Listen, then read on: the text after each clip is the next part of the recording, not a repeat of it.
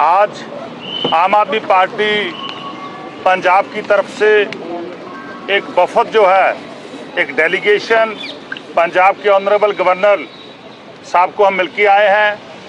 इस हमारे डेलीगेशन में आम आदमी पार्टी के सभी सीनियर नेता, मेंबर पार्लियामेंट, एमएलए साहबान, हमारे चेयरमैन, हमारे हल्का इंचार्ज, आम आदमी पार्टी के एससी विंग के प्रधान और जनरल सेक्रेटरी सभी लोग इस वफद में शामिल हैं। क्योंकि हम देख रहे हैं कि पिछले लंबे समय से, जब से देश में भारतीय जनता पार्टी की सरकार आई है, तब से लेके लगातार जो गरीब वर्ग है, जो अनुसूचित जाति, जनजाति, जो दलित वर्ग है, उनके लोगों के ऊपर लगातार अत्याचार जारी है। देश का कोई भी स्टेट ले लीजिए, यहाँ जहाँ पे बीजेपी गई है वहाँ पे ही उन्होंने जातिवादी दंगे करवाए हैं। आप मणिपुर से ले लीजिए, सबसे बड़े दंगे इस देश में, सबसे बड़ा कत्लेआम इस देश में शेड्यूल कास्ट लोगों के खिलाफ, गरीब लोगों के खिलाफ, अनुसूचित जातियों के लोगों के खिलाफ मणिपुर में हुआ। ये बच्चा बच्चा देश का जानता है। सबसे भयानक मंजर क्या हुआ कि उनकी बहू बेटियों के साथ रेप किया गया, उनको घसीट के मारा गया, उनको आग में साड़ा गया, गोलियों में से मारा गया। और उसके बाद आपने देखा होगा कि उत्तर प्रदेश में, मध्य प्रदेश में, जहाँ जहाँ भी बीजेपी की सरकार है, वहाँ पे खूब अत्याचार जो है वो देश के दलित लोगों के खिलाफ हो रहा है। अब रिसेंटली आपने देखा होगा कि कैसे देश की सर्वोच्च अदालत में पहुंचे एक मुख्य न्यायाधीश के ऊपर एक जूता फेंका जाता है, उसके ऊपर जूता फेंक के उसकी इंसल्ट करी जा रही है। पर लेकिन दूसरी तरफ देश के प्रधानमंत्री जी चुप हैं, भारतीय जनता पार्टी चुप है, और दिल्ली का प्रशासन चुप है, दिल्ली की पुलिस चुप है, सेंटर सरकार के होम मिनिस्टर चुप हैं। एक भी एफआईआर तक दर्ज नहीं हुई, एक भी मामला बिल्कुल उन लोगों के खिलाफ दर्ज नहीं हुआ जिन लोगों ने चीफ जस्टिस के ऊपर जूता फेंका। वो उनके ऊपर जूता फेंकना नहीं था, वो देश के संविधान की इंसल्ट थी। जो संविधान बाबा साहब भीमराव अम्बेडकर जी ने लिखा, जिस संविधान में हमें सभी लोगों को समानांतर का अधिकार मिला, जिसमें हमें पढ़ाई का अधिकार मिला, तो उस अधिकारों के ऊपर हमला जो था उस आदमी ने किया, उस वकील ने किया कि आज कोई भी न्याय जो है हमारे चीफ जस्टिस को नहीं मिला। उसके बाद आप सब लोगों को पता है कि कैसे एक हरियाणा के एडीजीपी लेवल के अधिकारी वाई पूर्ण कुमार को आत्महत्या के लिए मजबूर किया गया, उनको सुसाइड करने के लिए मजबूर किया गया।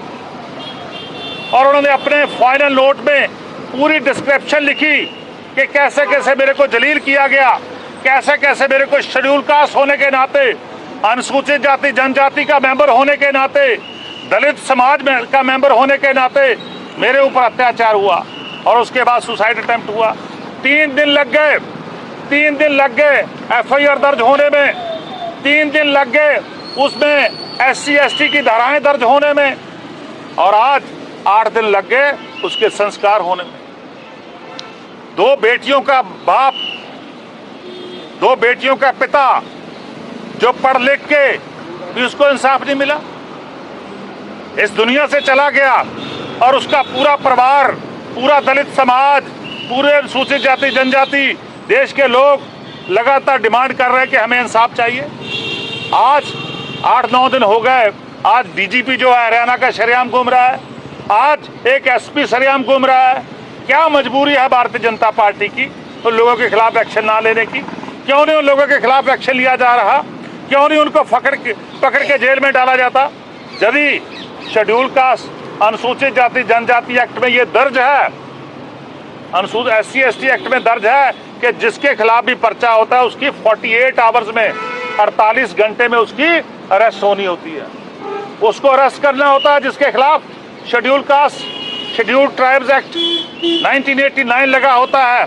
पर लेकिन आज तो पूरे 9 दिन बीत गए, 9 दिनों में कार्रवाई तक नहीं हुई। और कोई ना कोई लेमैन एक्सक्यूज जो है वो हरियाणा की पुलिस, हरियाणा के मुख्यमंत्री और भारतीय जनता पार्टी दे रहे हैं। तो आज हमारे वफद ने, हमारे डेलीगेशन ने, हमारे सभी अच्छे लोगों ने ऑनरेबल गवर्नर पंजाब के साथ हमने अपनी जो हमारा डेलीगेशन का मेमोरेंडम था वो सबमिट किया, क्योंकि गवर्नर साहब चंडीगढ़ के भी एडमिनिस्ट्रेशन चार्ज है उनके पास, वो यहाँ के कर्ता धर्ता हैं, यहाँ का चार्ज उनके पास है। और चंडीगढ़ में ये हुआ है तो हमारी मांग है कि उन दोषियों को तुरंत पकड़ा जाए। तो आज हमें आश्वासन मिला है ऑनरेबल गवर्नर साहब के साथ कि बिल्कुल उनके खिलाफ कार्रवाई होगी, बिल्कुल हम उनको जल्दी पकड़ेंगे। ये आश्वासन जो है ऑनरेबल गवर्नर साहब ने दिया है, हम वेट करेंगे, नहीं तो इस आंदोलन को जन जन तक लेके जाएंगे। हर गांव में आम आदमी पार्टी जाएगी, हर गांव में दलित लोग जाएंगे और देश के लोगों को अवेयर करेंगे कि भारतीय जनता पार्टी इस देश को खत्म करने, देश के संविधान को खत्म करने वाली है। क्योंकि जिस देश के संविधान में बाबा साहब भीमराव अम्बेडकर जी की आत्मा है, जिस संविधान में ये लाखों दलितों को मिले हुए अधिकार हैं, उस अधिकार को एक एक करके भारतीय जनता पार्टी की सरकार हमसे छीन रही है। ऐसा हम नहीं होने देंगे। पूरे देश में हम लहर चलाएंगे कि भारतीय जनता पार्टी को सब कुछ खाना होगा। नहीं, आने वाले दिनों में जैसे हिंसा मणिपुर में हुई है, वैसे हिंसा हरियाणा में होगी, वैसे ही दलित लोगों को निशाना बना के मारा जाएगा, उनको खत्म किया जाएगा। वैसे ही हिंसा पंजाब में करवाने की कोशिश करेंगे, वैसे ही हिंसा मध्य प्रदेश, उत्तर प्रदेश में होगी। पर लेकिन ये दलित समाज जो है बर्दाश्त नहीं करेंगे, हम इनके खिलाफ सख्त एक्शन लेंगे। हरियाणा में भी एएसआई ने खुदकुशी कर ली है, उसमें कैसे देखते हैं? देखिए, जो हरियाणा के एएसआई ने आत्महत्या करी है, वो लगभग जिनके खिलाफ उन्होंने अपना सुसाइड नोट लिखा है, उसके लगभग 8 दिन बाद उन्होंने सुसाइड नोट लिखा है।